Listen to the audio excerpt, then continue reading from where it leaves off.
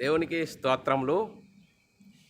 లైవ్లో యూట్యూబ్లో వీక్షిస్తున్న సహోదరులకు క్రీస్తునామంలో వందనములు. మరి ప్రార్థన చేసుకుందాం పిల్లరా. పరలోకమందున్న మా తండ్రి, నీ ప్రియకుమారుడు యేసుక్రీస్తునామంలో కృతజ్ఞతాస్తుతులు స్తోత్రములు చెల్లించుకుంటున్నాం నాయన. ఇంతవరకు సజీవులుగా ఉంచి నీ కృపలో కాపాడుతూ భద్రపడుతూ సజీవులుగా ఉంచి నీ కృపలో మరి మనం నీ సన్నిధిలోనికి నడిపించిన విధానం బట్టి స్తోత్రాలు. ఈరోజు నేను ఆత్మతోనూ సత్యంతోనూ ఆరాధించుకోవటానికి సంఘంగాను సమాజంగాను కూడుకొనటానికి ఇచ్చిన గొప్ప ధన్యతా భాగ్యమును బట్టి కృతజ్ఞతాస్తుతులు స్తోత్రములు చెల్లించుకుంటున్నాం నాయన. మరి ఈరోజు వాక్యం చెప్పబడుతుండగా నాకును వింటున్న సహోదరులకు నీ కృపను అనుగ్రహించి వాక్యం విని అర్థం చేసుకొని మా బ్రతుకులో అనుసరించి నీకు మహిమ తెచ్చే వారంగా కంత తెచ్చే వారంగా ఉండే ధన్యత భాగ్యం మా అందరికీ అనుగ్రహించమని యేసుక్రీస్తు నామములో ప్రార్థన అడిగి వేడుకుంటున్నాం తండ్రి, ఆమేన్. మరి సహోదరులందరూ ఎలా ఉన్నారు? సంతోషంగా ఆనందంగా ఉన్నారా? మరి సంతోషంగా ఆనందంగా ఉండాలి. ఎందుకు సంతోషంగా ఆనందంగా ఉండాలి? దేవుడు మనల్ని సజీవ లెక్కలో ఉంచుకొని ఆయన సన్నిధిలోనికి నడిపించి ఆయన ఆత్మతోనూ సత్యంతోనూ ఆరాధించుకోవటానికి ఇచ్చిన గొప్ప ధన్యతా భాగ్యమును బట్టి దేవునికి కృతజ్ఞతాస్తుతులు స్తోత్రములు చెల్లించాలి. సహోదరులమైన మనము ఒకరికొకరు వందనములు చెల్లించుకోవాలని బైబిల్లోని ఆత్మనియమము సూచిస్తుంది. దాన్ని మనము అర్థం చేసుకుంటూ అనుసరిస్తూ ముందుకు సాగుదాము ప్రియులారా. మరి ఈరోజు సంఘంగాను సమాజంగా కూడుకున్న మనము ఈరోజు చాలా అద్భుతమైన అంశము నేర్చుకుందాం పిల్లరా. ఈరోజు అంశము యేసుక్రీస్తు నామమందు విశ్వాసం ఉంచిన వారికి ఆయన పిల్లలగుటకు, దేవుని పిల్లలగుటకు ఆయన అధికారము అనుగ్రహించెను. ఈరోజు అంశము యేసుక్రీస్తు నామమందు విశ్వాసం ఉంచిన వారికి దేవుని పిల్లలగుటకు ఆయన అధికారము అనుగ్రహించెను అనే అంశము. మరి పిల్లరా, మరి ఈ అంశంకు మరి మూలవాక్యాన్ని మనం చదువుకుందాం పిల్లరా. మూలవాక్యాన్ని మనం చదువుకున్నట్లయితే మరి ముందుకెళ్ళచ్చు పిల్లరా. యోహాను సువార్త 1వ అధ్యాయము 12-13 వచనాల్లో చాలా చక్కగా రాయబడిన లేఖనం చదువుకుందాం పిల్లరా. తన్ను ఎందరు అంగీకరించిరో వారందరికీ, అనగా తన నామమందు విశ్వాసముంచిన వారికి దేవుని పిల్లలవుటకు ఆయన అధికారం అనుగ్రహించెను. వారు దేవుని వలన పుట్టిన వారే గాని రక్తం వలనైనను శరీరేచ్ఛ వలనైనను మానసేచ్ఛ వలనైనను పుట్టిన వారు కారు అని మరి లేఖనం చెప్తుంది పిల్లరా. మూలవాక్యాన్ని చదువుకున్నాం పిల్లరా. మరి ఈ అంశంను ఎందుకు నేర్చుకోవాలి అనేది మనము ఆలోచన చేసినట్లయితే పిల్లరా, ఈ అంశంను ఎందుకు నేర్చుకోవాలి అనేది మనము ప్రశ్నించుకున్నట్లయితే కొన్ని ప్రశ్నలు వేసుకుందాం పిల్లరా. మరి ఎలా దేవుని కుమారులమవుతాము? మనము ఎలా దేవుని కుమారులమవుతాము? ఎందుకు దేవుని కుమారులమవుతాము? మరి యేసుక్రీస్తునందు ఎందుకు విశ్వాసం ఉంచాలి పిల్లరా? యేసుక్రీస్తునందు ఎందుకు విశ్వాసం ఉంచాలి? మరి యేసుక్రీస్తు ఈ లోకానికి వచ్చి ఏం చెప్పాడు? యేసుక్రీస్తు ఈ లోకానికి వచ్చి ఆయన సొంత బోధ చేశాడా? యేసుక్రీస్తును చూడబిలరా, యేసుక్రీస్తు ఈ లోకానికి ఏం చేశాడు? వచ్చి ఏం చేశాడు? యేసుక్రీస్తు నేను దేవుని యొద్ద నుండి వచ్చాను. ఎక్కడ నుండి వచ్చినట? నేను దేవుని యొద్ద నుండి వచ్చాను. నేను దేవుని యొద్ద మరి విన్న సంగతులే మరి బోధించేదను. నా గురించి నేను బోధించువాడను కాను. చూడండి పేరా, ఎక్కడి నుండి వచ్చాడా? దేవుని నుండి వచ్చాను, దేవుని యొద్ద విన్న సంగతులు చెప్తాను, నా సంగతులు కాదు అని మరి వాటిని గురించే నేను బోధించుచున్నాను. అందుకోసమే మరి పిల్లరా, మరి దేవుని కుమారుడు కావాలంటే ఏం చేయాలి? మరి దేవుని కుమారుడు కావాలంటే ఏం చేయాలి? సువార్తను వినాలి. ఏంటంటే సువార్త, యేసుక్రీస్తు మరణ సమాధిని పునరుద్ధానం గురించి సువార్త వినాలి. ఆ సువార్తను విని హృదయాలు పశ్చాత్తాపము కలగాలి. ఏం చేయాలండి? హృదయంలో పశ్చాత్తాపము కలగాలి. తర్వాత మారు మనసు పొందాలి. తర్వాత పాపక్షమాపణ నిత్యం ప్రతి వాడు యేసుక్రీస్తు నామంలో బాప్తిసం పొందాలి. పొందడం ద్వారా దేవుని కుమారులము. చూడండి, దేవుని కుమారులము, కుమారులమైన దైవములము అయితాము పిల్లరా. చూడండి పిల్లరా, ఇలాంటి బైబిల్ సిద్ధాంత ప్రకారంగా, పరిశుద్ధాత్ముని బోధ సిద్ధాంత ప్రకారంగా మనం దాన్ని అనుసరించి ఫాలో కావాలి. అలా అయినప్పుడే మనము యేసుక్రీస్తు నామమందు విశ్వాసం ఉంచిన వారికి దేవుని పిల్లలవుటకు ఆయన అధికారము అనుగ్రహించెను. పిల్లల మరి మరొకసారి మనం లేఖనం చదువుకుందాం పిల్లల. యోహాను సువార్త 1వ అధ్యాయము 12-13 వచనంలో, తన్ను ఎందరు అంగీకరించిరో వారందరికీ, అనగా తన నామమందు విశ్వాసం ఉంచిన వారికి దేవుని పిల్లలవుటకు ఆయన అధికారం అనుగ్రహించెను. వారు దేవుని వలన పుట్టిన వారే గాని రక్తం వలనైనను, శరీరేచ్ఛ వలనైనను, మానసేచ్ఛ వలనైనను పుట్టినవారు కారు. పిల్లారా మనం ఆలోచన చేయాలి. మరి దేవుని కుమారులమైన దైవములము ఎలా అవుతామని లేఖనం చదువుకుందాం పిల్లరా. ఒక చిన్న ఉదాహరణ మనం మాట్లాడుకున్నట్లయితే పిల్లరా, అక్కడ ఒక 4 ఏనుగులు ఉన్నాయండి. మరి అక్కడ 4 ఏనుగులు ఉన్నాయి, 4 పులులు ఉన్నాయి. మనము పరిశీలన చేసినట్లు దగ్గరికి వచ్చి చూస్తే, ఒకటి తల్లి ఏనుగు, 3 పిల్ల ఏనుగులు. ఒకటి తల్లి ఏనుగు, మరి 3 పిల్ల ఏనుగులు. మనం పరిశీలన దగ్గరికి వచ్చి చూసినట్లయితే మరి పిల్లరా, మరి ఏను పిల్లనే పుడుతుంది, కుక్క పిల్ల పుడుతుందా? మనం లోక ప్రకారంగా మనం ఆలోచన చేస్తే మరి మన పిల్లరా, పులి పిల్లనే పుడుతుంది, పిల్లి పుట్టది. అందుకోసమే దేవుని కుమారులే పుడతారు, కుమారులైన దైవములే పుడతారు. అందుకోసమే యేసుక్రీస్తు, నేను దేవుని యొద్ద నుండి వచ్చాను, నేను దేవుని యొద్ద విన్న సంగతులే చెప్తాను, నేను దేవుని కుమారుడు అంటే కుమారుడైన దేవుని అని యేసుక్రీస్తు ఈ లోకంలో చెప్పాడు. అందుకోసమే శాస్త్రులు, పరిసయ్యులు ఆయనను భూతద్దంలో పెట్టి చూశారు. పిల్లారా, ఏంటి నువ్వు చేసేది అని ఆయనను సిలువ వేశారు. చూడండి పిల్లలు, మనం ఆలోచన చేయాలి. ఆయనను సిలువ వేశారు. వారికి అర్థమైంది, ఈరోజు నేటి క్రైస్తవ సమాజానికి యేసుక్రీస్తు దేవుని కుమారుడైన దైవము, క్రీస్తునందు విశ్వాసం ఉంచిన వారందరూ దేవుని పిల్లలు, దేవుని కుమారులైన దైవములు అంటే ఈరోజు నేటి క్రైస్తవ సమాజం ఒప్పుకోవట్లేదే. ఎందుకో ఒప్పుకోవట్లేదు? వారికి అర్థం కావట్లేదు పిల్లరా. వారికి అర్థం కావట్లేదు.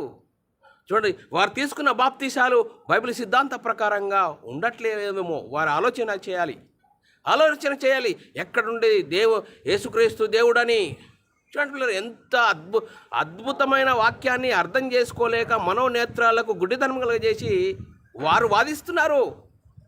ఆ రోజు శాస్త్రులు, పరిసయ్యులు యేసుక్రీస్తు చేద్దాం ఉండి, ఏంటి దేవుని కుమారుడు అంటున్నావు, దేవునితో సమానుడుగా చేసుకుంటున్నావు అని వారు వాదించారు. నేటి క్రైస్తవ సమాజం అలాగనే వాదిస్తున్నదని మనకు అర్థమవుతుంది పిల్లరా. పిల్లరా, మనం ఆలోచన చేయాలి. యేసుక్రీస్తుని గురించి దేవుడే సాక్ష్యం ఇచ్చాడు. నేను ఆయనను కన్నాను, ఆయన నా కుమారుడు, నేను ఆయనకు తండ్రినని. హెబ్రీయులకు రాసిన పత్రిక 1వ అధ్యాయం 5వ వచనంలో మనం లేఖనం చదువుకుందాం పిల్లరా. హెబ్రీయులకు రాసిన పత్రిక 1వ అధ్యాయం 5వ వచనం, యాలయనగా నీవు నా కుమారుడవు, నేను నేడు నిన్ను కనియున్నాననియో. చూడండి పిల్లరా, ఇదియుగాక నేను ఆయనకు తండ్రినైనందును, ఆయన నాకు కుమారుడై ఉండును అని ఆ దూతలతో ఎవనితోనైనాను ఎప్పుడైనాను చెప్పినా అంటే చెప్పలేదు. చూడండి, దూతలతో చెప్పలేదు. చూడండి పిల్లరా, మనం ఆలోచన చేయాలి. మరి తండ్రి అయిన దేవుడే యేసుక్రీస్తుని గురించి, ఆయన నా కుమారుడు, ఆయన నేను కన్నాను, ఆయనకు నేను తండ్రినైనందును, ఆయన నాకు కుమారుడై ఉండును అని దేవుడే సాక్ష్యం ఇచ్చాడండి పిల్లరా. మనం ఆలోచన చేయాలి. మరి యూదులు ఆయనను ఏమంటున్నారో చూద్దాం పిల్లరా. యూదులు ఏమని ఆయనను అంటున్నారు, వారికి యూదులకు ఏమర్థమైంది? మరి యేసుక్రీస్తు సమకాలీకులు యూదులు వారికి అర్థమైంది ఏంది, ఎందుకు సిలువ వేశారు? మనం ఆలోచన చేద్దాం. యోహాను సువార్త 10వ అధ్యాయము 31 నుంచి చదువుకున్నట్లయితే, యూదులు ఆయనను కొట్టవలనని మరలా రాళ్ళు చేత పట్టుకొనగా, యేసు తండ్రి యొద్ద నుండి అనేక మంచి కార్యములు మీకు చూపితిని, వాటిలో ఏ క్రియ నిమిత్తం నన్ను రాళ్లతో కొట్టుదురని వారిని అడిగిను. అందుకోసమే వారు, అందుకు యూదులు, నీవు మనుష్యుడవై ఉండి, చూడండి, అందుకు నువ్వు మనుష్యుడవై ఉండి దేవుడనని చెప్పుకొనుచున్నావు. అంటే నువ్వు మనుషుడవై ఉండి దేవుడనని చెప్పుకొనుచున్నావు గనుక దేవదూషణ చేసినందుకే నిన్ను రాళ్లతో కొట్టుదుము కానీ మంచి క్రియలు చేసినందుకు కాదని ఆయనతో చెప్పాను. చూడండి మరి అందుకు యేసేమన్నాడు? అందుకు యేసు మీరు దైవములని నేనంటినని మీ ధర్మశాస్త్ర గ్రంథంలో వ్రాయబడి ఉండలేదా? మీరెవరండి అని యేసుక్రీస్తు చెప్తున్నాడు. మీరు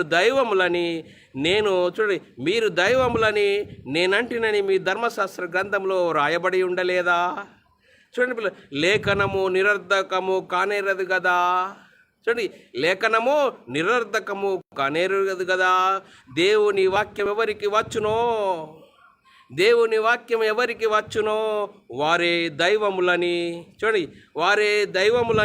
చెప్పిన ఎడల దేవుని కుమారుడనని చెప్పినందుకు నన్ను మీరు అపార్థం చేసుకుంటున్నారు, అర్థం చేసుకుంటలేరు, ఎందుకు వ్యతిరేకిస్తున్నారు అంటే చూడండి పిల్లరా, ఆ రోజు యూదులకు అర్థమైంది. అందుకోసమే యేసుక్రీస్తుని సిలువ వేశారు.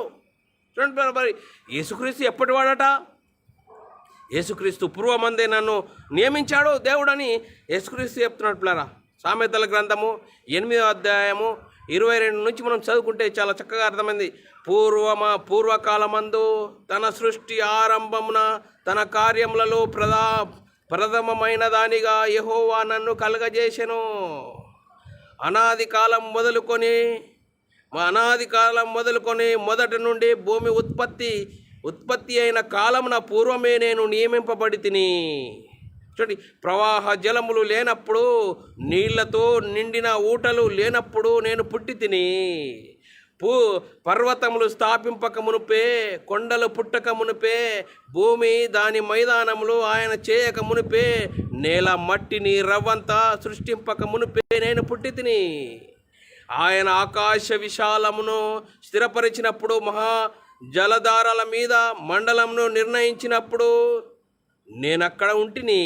చూడండి పిల్లరా, ఆయన పైన ఆకాశమును స్థిరపరిచినప్పుడు, జలధారలను ఆయన బిగించినప్పుడు, జలములు తమ సరిహద్దులు మీరకుండునట్లు ఆయన సముద్రమునకు పొలిమేరను ఏర్పరిచినప్పుడు, భూమి యొక్క పునాదులను నిర్ణయించినప్పుడు నేను ఆయన యొద్ద ప్రధాన శిల్పినై అనుదినము సంతోషించుచు నిత్యము ఆయన సన్నిధిని ఆనందించుచుంటిని.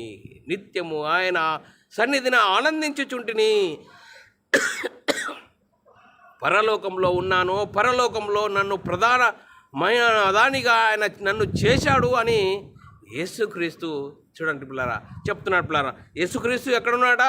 పరలోకంలో దేవునితో ఉన్నాడు, సంతోషించుతున్నాడు అనుదినము ఆయన ప్రణాళికను చూసినప్పుడు. చూడండి పిల్లరా, యేసుక్రీస్తు పరలోకంలో నుండి ఈ లోకానికి ఎందుకు వచ్చాడు? ఈ లోకంలో అందరూ తమ ఇష్టానుసారమైన జీవితము, ఏ ఒక్కరూ నీతిమంతులు లేక అందరూ పాపము చేసి దేవుడు అనుగ్రహించి మహిమను పొందలేని సమయంలో, కాలము పరిపూర్ణమైనప్పుడు, చూడండి ఏ కాలం అంటే అబ్రాహాముకు వాగ్దానం చేశాడు దేవుడు. ఆ వాగ్దాన కాలము ధర్మశాస్త్రము అందరినీ పాపంలో బంధించింది. ఆ బంధించిన వారిని విడిపించడానికి యేసుక్రీస్తు ధర్మశాస్త్రం అమల్లో ఉన్న కాలంలో వచ్చాడు. వచ్చేం చేశాడు? ధర్మశాస్త్రంకు లోబడ్డాడు, ధర్మశాస్త్రం అనుసరించాడు, ధర్మశాస్త్రాన్ని సిలువలో కొట్టివేశాడు. కాలము పరిపూర్ణమైనప్పుడు దేవుడు తన సొంత కుమారుని పాప శరీరాకారంతో పంపి ఆయన శరీరమందు పాపమునకు శిక్ష విధించెను అని లేఖనాలు చెప్తున్నాయి పిల్లరా. అందుకోసమే పిల్లరా, తాను సృష్టించిన వాటిలో మనం ప్రథమ ఫలముగా ఉండునట్లు సత్యవాక్యం వల్ల మనము తన సంకల్ప ప్రకారంగా కనాలి. కన్నప్పుడే, తన సంకల్ప ప్రకారంగా మనము కనబడినప్పుడే మనము మనోనేత్రాలు వెలిగింపబడతాయి. చూడండి పిల్లరా, మరి మనోనేత్రాలు వెలిగింపబడతాయి. అందుకోసమే యేసుక్రీస్తు ఎవరు, ఎందుకు వచ్చాడు, ఏం చేశాడు? చూడండి, ఎందుకు మరణించాడు, సమాధి చేయబడ్డాడు, 3వ రోజున తిరిగి లేచాడు.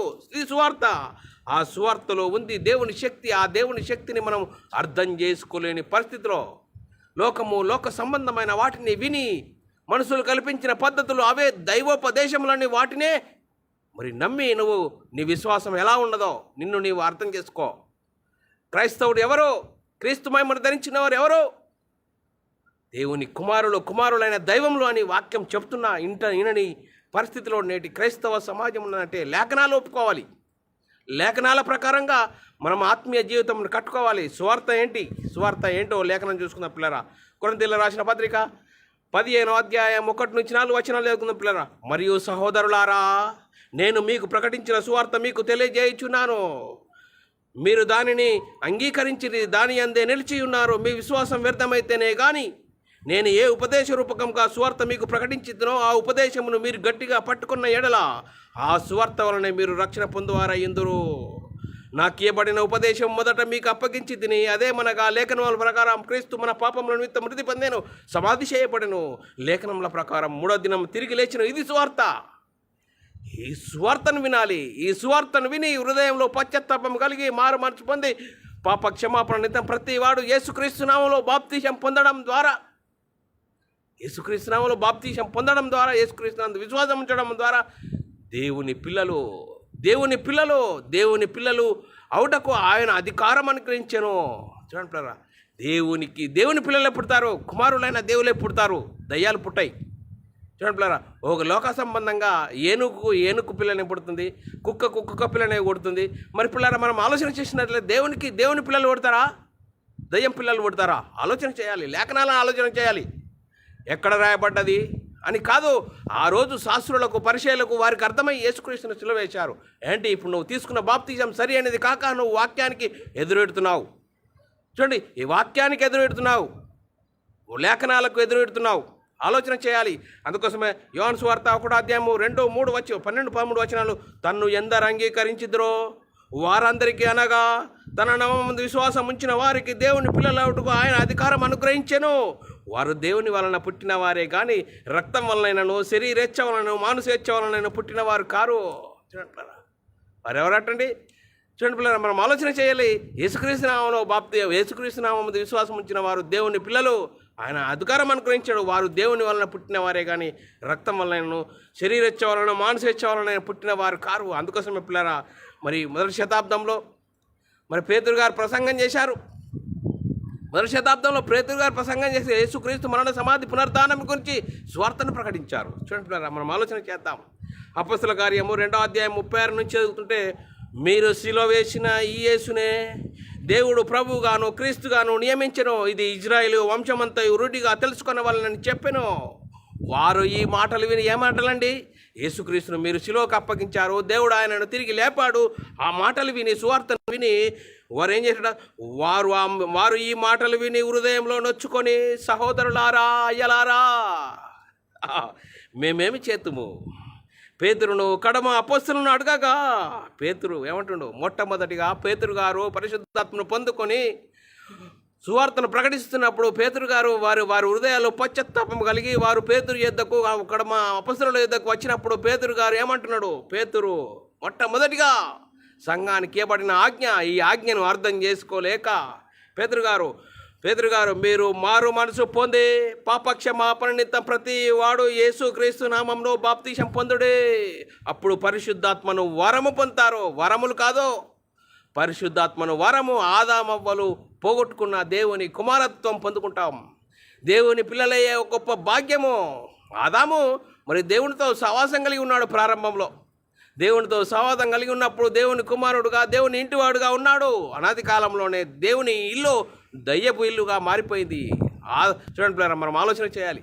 అందుకోసమే దేవుడు గొప్ప ప్రణాళిక వేశాడు. ఆ ప్రణాళిక ప్రకారం చూడండి పిల్లరా, అబ్రహాంకు వాగ్దానం ఇచ్చాడు. ఆ వాగ్దాన సంతానం అని యేసుక్రీస్తు రావాలి. యేసుక్రీస్తు వచ్చాడు. యేసుక్రీస్తు వచ్చి ఏం చేశాడు? పరలోకం నుండి నేను దేవుని యొద్ద నుండి వచ్చాను, దేవుని సంగతులు చెప్తున్నాను, నా సంగతులు కాదు, దేవుని మాటలు చెప్తున్నాను, దేవుని కుమారుణ్ణి దేవుని యొద్ద నుండి వచ్చాను అని చెప్తే, చూడండి పిల్ల, శాస్త్రులు పరిచయులు నువ్వు దేవునితో సమానుడుగా చేసుకుంటున్నాం ఏంటయ్యా? దేవదూషణ చేస్తున్నాం. అందుకోసమే నేను సిలువ వేస్తున్నాం, సిలువకు అప్పచెప్తున్నాం. వారికి అర్థమైంది.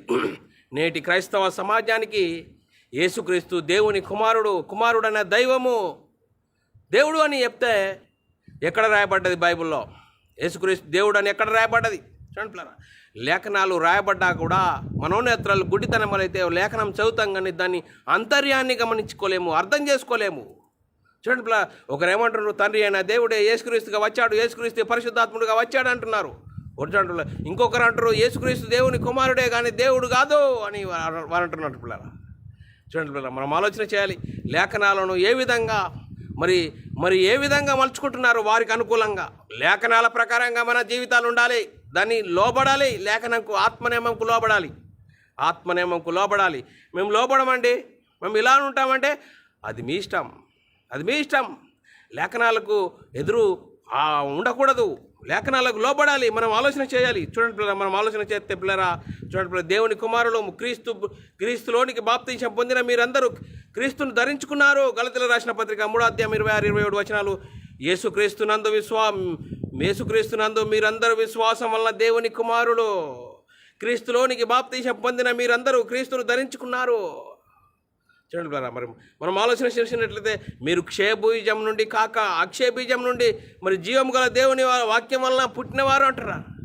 1 పేతురు రాసిన పత్రిక 1:21 వచనం, మీరు క్షయబీజం నుండి కాక శాశ్వతమగు జీవము గల దేవుని వాక్యం మూలముగా అక్షయ బీజం నుండి పుట్టినవారు గనుక నిష్కపటమైన సహోదర ప్రేమ కలుగునట్లు అని రాయబడ్డది పిల్లరా.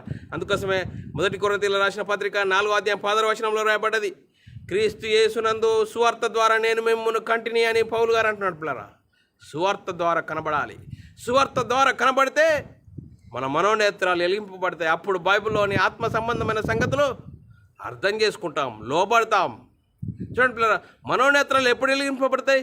బైబుల్ సిద్ధాంతానికి లోబడాలి, దాన్ని అర్థం చేసుకోవాలి, దానిని వాక్యాన్ని మన బ్రతుకులో అనుసరించి యేసుక్రీస్తు నామంలో బాప్తీసం పొందడం ద్వారా అప్పుడు మనోనేత్రాలు వెలిగింపబడతాయి. క్రీస్తు మహిమను ధరించుకుంటాము. అప్పుడు బైబిల్ అంటే ఏంది, బైబిల్లోని ఆత్మ సంబంధమైన సంగతులు ఎక్కడున్నాయి అర్థమవుతాయి పిల్లరా. అందుకోసమే మనం ఆలోచన చేయాలి పిల్లరా. ఇంకా మనం ఆలోచన చేసినట్లయితే 1 కొరింథీయులకు రాసిన పత్రిక 1:10 వచనము, క్రీస్తు యేసునందు సువార్త ద్వారా నేను మిమ్మల్ని కంటిని కనుక మీరు నన్ను పోలి నడుచుకుని వారై ఉండవలనని మిమ్మల్ని బతిమాలుకొంటున్నాను. పౌలు గారు, నేను క్రీస్తును పోలి నడుచుకున్న ప్రకారం మీరు నన్ను కోరి నడుచుకోండి.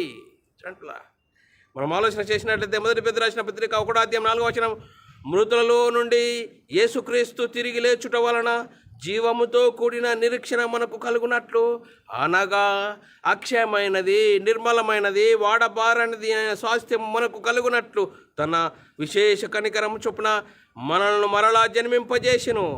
చూడండి పిల్లరా, ఎంత స్పష్టమైన వాక్యం పిల్లరా.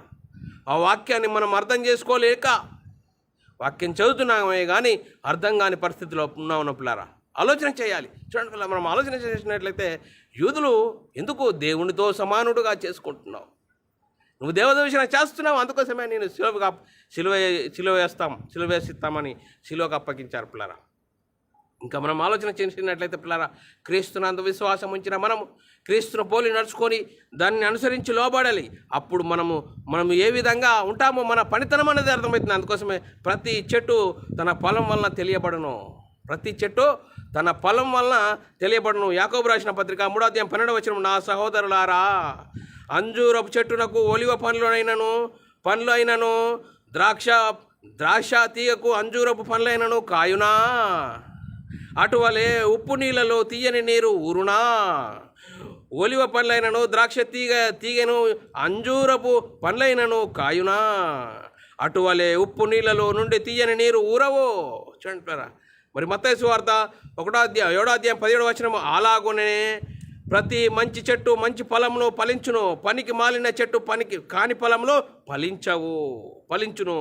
అందుకోసం లూకాసు వార్త 6:43 వచనం, ఏ మంచి చెట్టునైనను పనికి మాలిన ఫలములు ఫలింపవు, పనికి మాలిన చెట్టు మంచి ఫలములు ఫలింపవు.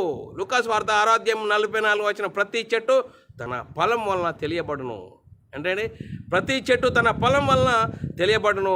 ముండ పొదలలో అంజూరపు పండ్లైనను ఏరునా, కొరింథీ పొదలు ద్రాక్ష పండ్లైనను కోయునా. చూడు, మన పనితనము క్రీస్తును ధరించుకున్న నీవు, క్రీస్తును ధరించుకున్న నీవు క్రీస్తు మహిమలో అపొస్తలులు ఏ విధంగా వారి జీవితాల్లో మార్పు కలిగింది? ఎందుకు మన జీవితాల్లో మార్పు కలగట్లేదు? అపొస్తలులు ఏ విధంగా వారి జీవితాలను సువార్త నిమిత్తం ప్రాణంగా పెట్టారు, వారు అర్థం చేసుకున్నారు, వారి జీవితాలు అర్థమైపోయింది. ఈ లోకము చిన్నది. చూడండి, ఈ లోకం చిన్నది. ఈ లోకంలో వాక్యంకు లోబడాలి, అనుసరించాలి, దాన్ని ప్రకటించాలి మన బ్రతుకులో. అనుసరించి జీవించాలి. అప్పుడే ఈ చిన్న ఈ చిన్న చిన్న చిన్న జీవితంలో వాక్యంకు లోబడాలి, ఆత్మానుసారంగా జీవించాలి. ఇరుకులు ఇబ్బందులు వస్తాయని చెప్పింది లేఖనం. క్రైస్తవుడైనందుకు శ్రమ అనుభవించాలన్నది. ఏ విధమైన శ్రమ అనుభవిస్తున్నావు? మన సొంత ప్రయోజనాల కోసము శ్రమ అనుభవించి అయ్యో అంటున్నామా? సువార్తను నిమిత్తము సువార్త ప్రకటించడానికి నువ్వు కష్టపడుతున్నావా లేదా? నిన్ను నీవు ఆలోచన చేసుకోవాలి. ఆత్మానుసారంగా జీవించాలి. ఆత్మానుసారంగా జీవించినప్పుడు మన హృదయంలో ఆనందం కలుగుతుందండి. చూడండి, క్రీస్తు మహిమను నువ్వు చెప్పలేక ఉండలేకపోతావండి. చూడండి, క్రీస్తు మహిమను ధరించుకున్న మనం అద్భుతమైన జీవితం అండి. ఆ అద్భుతమైన జీవితంలో మనం ఏ విధంగా ఉన్నాము? అందుకోసమే చూడండి, సత్యవాక్యం వల్ల కనబడాలి, తన సంకల్ప ప్రకారంగా కనబడాలి. యాకోబు రాసిన పత్రిక 1:18 తాను సృష్టించిన వాటిలో మనం ప్రథమఫలముగా ఉండునట్లు సత్యవాక్యం వల్ల మనము తన సంకల్ప ప్రకారంగా కనాలి. అందుకోసమే సువార్తను వినాలి. సువార్త ద్వారా హృదయాలు పొడవబడాలి. హృదయాలు పొడవబడడం ద్వారా మారుమనసు కలగాలి. పాపక్షమాపణ ప్రతి వాడు యేసుక్రీస్తు నామములో బాప్తిసం పొందాలి. అందుకోసమే పిల్లల అపోస్తలుడు ఏ విధంగా సువార్తను ప్రకటిస్తున్నప్పుడు, అపోస్తలుడైన పేతురు గారు సువార్త ప్రకటిస్తున్నప్పుడు వారు హృదయాలు పశ్చాత్తాపం కలిగిందట, మారు మనసు పొందారట. పాపక్షమాపణతో ప్రతి వాడు యేసుక్రీస్తు నామములో బాప్తిసం పొందాలని అపోస్తలుడైన పౌలు గారు ప్రకటిస్తున్నారు పిల్లరా. అందుకోసమే మనం యేసుక్రీస్తు నామమందు విశ్వాసం ఉంచిన వారికి దేవుని పిల్లలకు ఆయన అధికారం అనుగ్రహించెను. ఆయన అధికారం అనుగ్రహిస్తే అధికారంను ఏ విధంగా మరి వినియోగించుకుంటున్నామా, దుర్వినియోగం చేసుకుంటున్నామా, ఎలాంటి పరిస్థితుల్లో ఉన్నాము? సహోదరుడా, ఈ వాక్యం వింటున్న సహోదరుడా, ఇకనైనా మనం ఆలోచన చేయాలి. మరి యేసుక్రీస్తు ఎప్పటివాడు? చూడండి, యేసుక్రీస్తు ఎక్కడ ఉన్నాడు? పరలోకంలో దేవునితో సమానుడుగా ఉన్న ఆయన మనందరి నిమిత్తం ఈ లోకానికి వచ్చాడు. ఈ లోకానికి వచ్చి తన్ను తాను రిక్తునిగా చేసుకొని మనందరి నిమిత్తం శిలువలో మరణించి ఆయన రక్తము చివరి బొట్టు మన కొరకు కార్చి మరణించాడు, సమాధి చేయబడ్డాడు. 3వ రోజున తిరిగి లేచి పరలోకానికి వెళ్ళాడు. పరలోకంలో ఉన్న పరిశుద్ధాత్మను పంపితే ఆ పరిశుద్ధాత్మను పొందుకున్న 12 మంది యేసుక్రీస్తు మరణ సమాధి పునరుత్థానం గురించి సువార్తను ప్రకటించినప్పుడు హృదయాలు పొడవబడ్డాయి, పశ్చాత్తాపం కలిగింది, మారు మనసు కలిగింది. మరి ఏం చేయాలంటే ప్రతివాడు మారు మనసు పొందే పాపక్షమాపణతో ప్రతివాడు యేసుక్రీస్తు నామములో బాప్తిసం పొందాలి. అప్పుడు క్రీస్తు మహిమను ధరించుకుంటాము, సంఘంలో చేర్చబడతాము. సంఘంలో చేర్చబడిన మనము క్రీస్తు మహిమను, క్రైస్తవుడైన వారు ఎంత గొప్పవారో, మరి దేవుని పిల్లలు, దేవుని ఇంటివారు, పరలోక వారసులు, ఇంత గొప్ప మహిమను మనకు అర్థం కాకుండా యేసుక్రీస్తు దేవుడని ఎక్కడ రాయబడ్డదని మనం వాక్యంకు వ్యతిరేకంగా మాట్లాడుతున్నాం. అందుకోసమే ఆనాడు యూదులు మరి దేవునితో సమానుడుగా చేసుకుంటున్నావు, అందుకోసమే నేను సిలువకు అప్పచెప్తున్నామని వారికి అర్థమైంది. ఈరోజు క్రైస్తవులము అంటున్నామే కానీ వాక్యం చదువుతున్నాము కానీ వాక్యంలో ఉన్న అంతర్యాన్ని గమనించలేని మరి పరిస్థితిలో ఉన్నాము. అందుకోసమే మరి వాక్యానికి వ్యతిరేకంగా సాతాను శరీరాశ, నేత్రాశ, మరి వాదోపవాదాలు. ఏంటి వాదోపవాదాలు? ఆత్మనియమంకు లోబడాలి, వాక్యం వినాలి, అర్థం చేసుకోవాలి. కానీ ఎక్కడున్నది వాక్యం చూయించాంటావు. చూడండి, ఆ రోజు యూదులకు అర్థమైపోయింది. నీకు అర్థం కాకపోవడం వల్ల ఏంటి చూడు, నీకు అర్థం కాలేదంటే నువ్వు వాక్యం ప్రకారంగా దీన్ని జీవితం లేదని అర్థం చేసుకోవాలి తప్ప వాక్యంను వక్రీకరించి వాక్యానికి వ్యతిరేకంగా ఉంటే అది సాతానుకు సిద్ధపరిచిన నరకానికి తప్పదో. సాతాను ఏం చేస్తాడు? మీరే క్రైస్తవులు, మీకు తప్ప పరలోకం ఎవరికి లేదు అని ఒకరినొకరు ఆయన దేవుని కుమారుడే అంటాడు. ఆ దేవుని కుమారుడు అని రాయబడ్డది, కుమారుడైన దేవుడు కాదంటారు. ఇంకొకరు తండ్రి అయిన దేవుడే యేసుక్రీస్తుగా వచ్చాడు, యేసుక్రీస్తు పరిశుద్ధాత్ముడిగా వచ్చాడు అని మరి అనేకమైన విశ్వాసాలలో మరి వాక్యాన్ని కలిపి చెరిపి చూడండి, సాతాను భిన్నమైన బోధ మరి ప్రారంభంలోనే మరి సంఘంలో డంపు చేశాడు. అందుకోసమే లేఖనాలు, బైబిల్లోని ఆత్మ సంబంధమైన సంగతులు, మరి పరిశుద్ధాత్మని బోధ అపోస్తలులు దేని గురించి ప్రకటించారు? పౌలు దేని గురించి ప్రకటించారు? మనల్ని మనమే ఆలోచన చేయాలి. ఆలోచన చేసి వాక్యంకు లోబడాలి. లేదు మాకు వాక్యమే కావాలో, వాక్యం రాసింది చూపెట్టంటే అర్థం చేసుకోలేని పరిస్థితిలో వారికి ఎన్ని వాక్యాలు చూపించినా అది ప్రయోజనం లేదు. అర్థం చేసుకోలేని వారికి ఎన్ని వాక్యాలు చూపించినా ప్రయోజనం లేదు. అందుకోసమే వాక్యంకు లోబడదాం, వాక్యానుసారంగా జీవిద్దాం. లేదండి మరి వాక్యం చూపిస్తే నమ్ముతామంటే అది మీ ఇష్టం. మరి చూడండి, మరి సాతాను శరీరాశ, నేత్రాశ, జీవబ్రహ్మాన్ని చూపించి ఒకరినొకరు మరి మనల్ని మనమే పొడుచుకునే విధంగా వాడు సాతాను అనేక భిన్నమైన బోధలు నేడు సంఘంలో డంపు చేశాడు. అందుకోసమే లేఖనాలు అపొస్తలులు ఏ విధంగా సువార్తను ప్రకటించారు, దేనికి లోబడ్డారు, ఆత్మనియమంకు లోబడ్డారు. ఆత్మనియమంకు లోబడి మనము మన ఆత్మీయత స్థితిని కట్టుకొని మనమందరము దేవునికి మహిమ తెచ్చే వారంగాను ఘనత తెచ్చే వారంగా ఉంటూ ముందుకు సాగుదాం పిల్లరా. మరి మనం ఆలోచన చేద్దాం. తండ్రి అయిన దేవుడే యేసుక్రీస్తు గురించి సాక్ష్యం ఇచ్చాడు. ఈయన నేను కన్నాను, ఆయనకు నేను తండ్రినై ఉండు, ఆయన నా కుమారుడై ఉంటున్నాను. అందుకోసం పిల్లరా చివరి వాక్యం చదువుకొని ముగిద్దాం. యోహాను సువార్త 1:12-13 వచనములు.